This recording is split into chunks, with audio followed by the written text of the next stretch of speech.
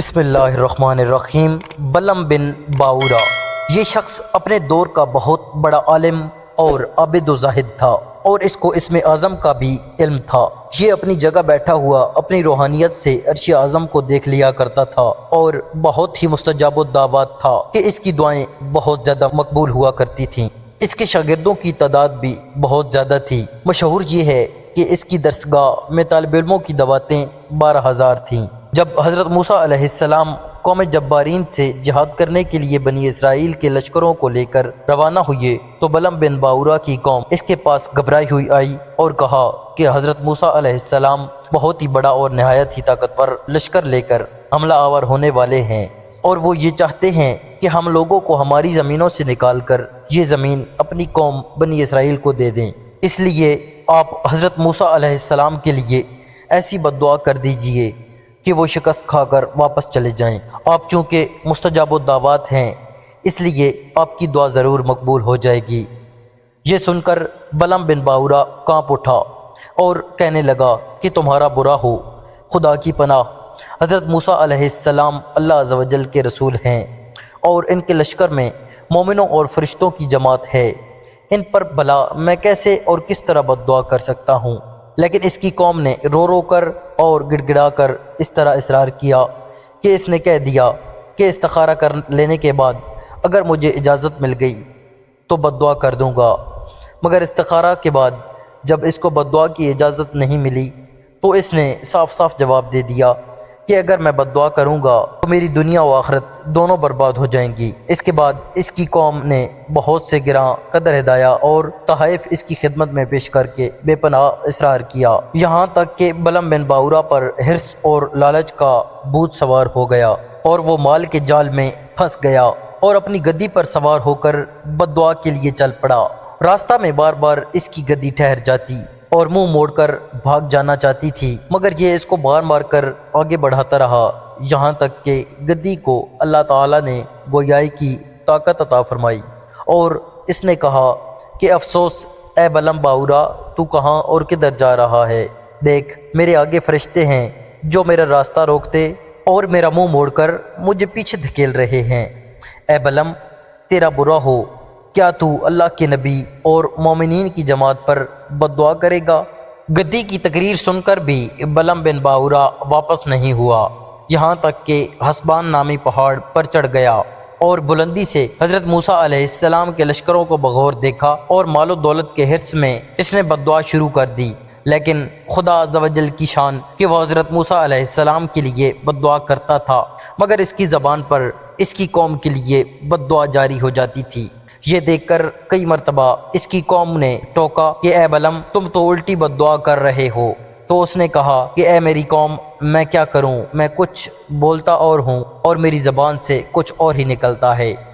پھر اچانک اس پر غضب الہی نازل ہو گیا کہ ناگہان اس کی زبان لٹک کر اس کے سینے پر آ گئی۔ اس وقت بلم بن باورا نے اپنی قوم سے رو رو کر کہا کہ افسوس، میری دنیا و آخرت دونوں برباد و غارت ہو گئیں، میرا ایمان جاتا رہا اور میں قہر و قہار و غضب و جبار میں گرفتار ہو گیا، اب میری کوئی دعا قبول نہیں ہو سکتی، مگر میں تم لوگوں کو مکر کی ایک چال بتاتا ہوں، تم لوگ ایسا کرو تو شاید حضرت موسیٰ علیہ السلام کے لشکروں کو شکست ہو جائے۔ تم لوگ ہزاروں خوبصورت لڑکیوں کو بہترین پوشاک اور زیورات پہنا کر بنی اسرائیل کے لشکروں میں بھیج دو، اگر ان کا ایک آدمی بھی زنا کرے گا تو پورے لشکر کو شکست ہو جائے گی۔ چنانچہ بلم بن باورا کی قوم نے اس کے بتائے ہوئے مکر کا جال بچھایا اور بہت سی خوبصورت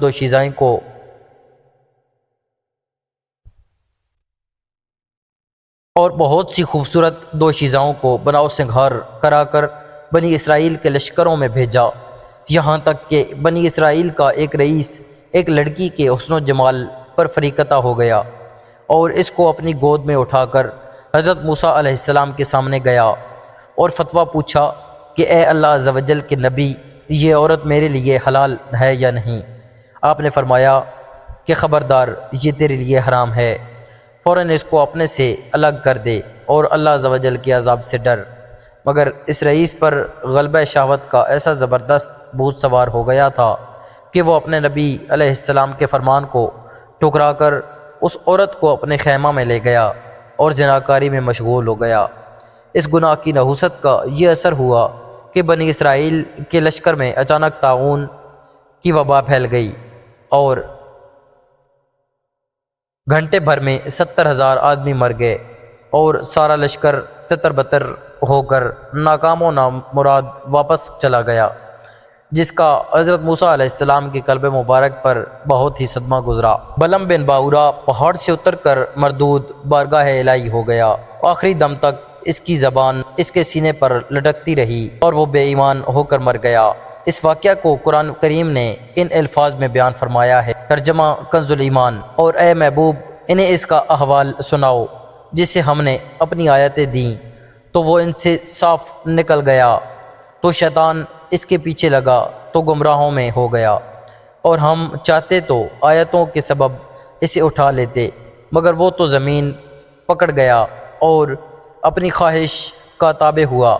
تو اس کا حال کتے کی طرح ہے، تو اس پر حملہ کرے تو زبان نکالے اور چھوڑ دے تو زبان نکالے۔ یہ حال ہے ان کا جنہوں نے ہماری آیتیں جھٹلائیں، تو تم نصیحت سناؤ کہ کہیں وہ دھیان کریں۔ بلم بن باورا کیوں ذلیل ہوا؟ روایت ہے کہ بعض انبیاء کرام نے خدا تعالیٰ سے دریافت کیا کہ تو نے بلم بن باورا کو اتنی نعمتیں عطا فرما کر پھر اس کو کیوں کار مذلت میں گرا دیا؟ تو اللہ تعالیٰ نے فرمایا کہ اس نے میری نعمتوں کا بھی کبھی شکر ادا نہیں کیا۔ اگر وہ شکر گزار ہوتا تو میں اس کی کرامتوں کو سلب کر کے اس کو دونوں جہاں میں اس طرح ذلیل و خوار اور غائب و خاسر نہ کرتا۔ درس ہدایت۔ بلم بن باورا کی اس سرگزشت سے چند اسباق ہدایت ملتے ہیں۔ نمبر 1، اس سے ان عالموں اور لیڈروں کو سبق حاصل کرنا چاہیے جو مالداروں یا حکومتوں سے رقمیں لے کر خلاف شریعت باتیں کرتے ہیں اور جان بوجھ کر اپنے دین و ایمان کا سودا کرتے ہیں۔ دیکھ لو بلم بن باورا کیا تھا اور کیا ہو گیا۔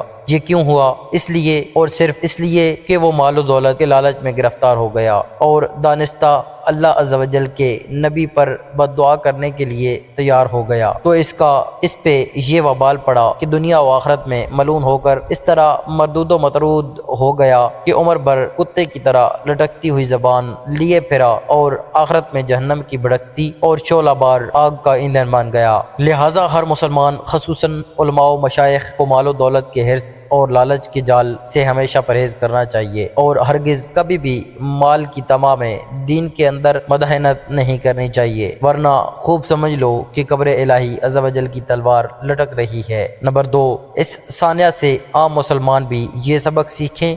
کہ حضرت موسیٰ علیہ السلام کا لشکر جس میں ملائکہ اور مومنین تھے، ظاہر ہے کہ اس لشکر کے ناکام ہونے کا کوئی سوال ہی نہیں پیدا ہوتا تھا، کیونکہ یہ ایسا روحانی اور ملکوتی لشکر تھا کہ ان کے گھوڑوں کی ٹاپ سے پہاڑ لرزہ برآمد ہو جاتے، مگر صرف ایک بد نصیب کے گناہ کے سبب ایسی نحوست پھیل گئی کہ ملائکہ لشکر سے الگ ہو گئے اور طاعون کے عذاب نے پورے لشکر میں ایسی ابتری پھیلا دی کہ پورا لشکر بکھر گیا اور یہ فوج ظفر موج ناکام و نامراد ہو کر پسپا ہو گئی۔ اس لیے مسلمانوں کو لازم ہے کہ اگر وہ کفار کے مقابلہ میں مظفر و منصور اور فتح یاب ہونا چاہتے ہیں تو ہر وقت گناہوں اور بدکاریوں کی نحوستوں سے بچتے رہیں، ورنہ فرشتوں کی مدد ختم ہو جائے گی اور مسلمانوں کا رعب کفار کے دلوں سے نکل جائے گا اور مسلمانوں کو نہ صرف ناکامی کا منہ دیکھنا پڑے گا بلکہ ان کی عسکری طاقت ہی فنا ہو جائے گی اور پوری قوم صفحہ ہستی سے حرف غلط کی طرح مٹ جائے گی، نعوذ باللہ۔ دوستو، آپ کو یہ ویڈیو اچھی لگی ہو تو ہمارے چینل کو سبسکرائب کریں اور ویڈیو کو لائک کریں۔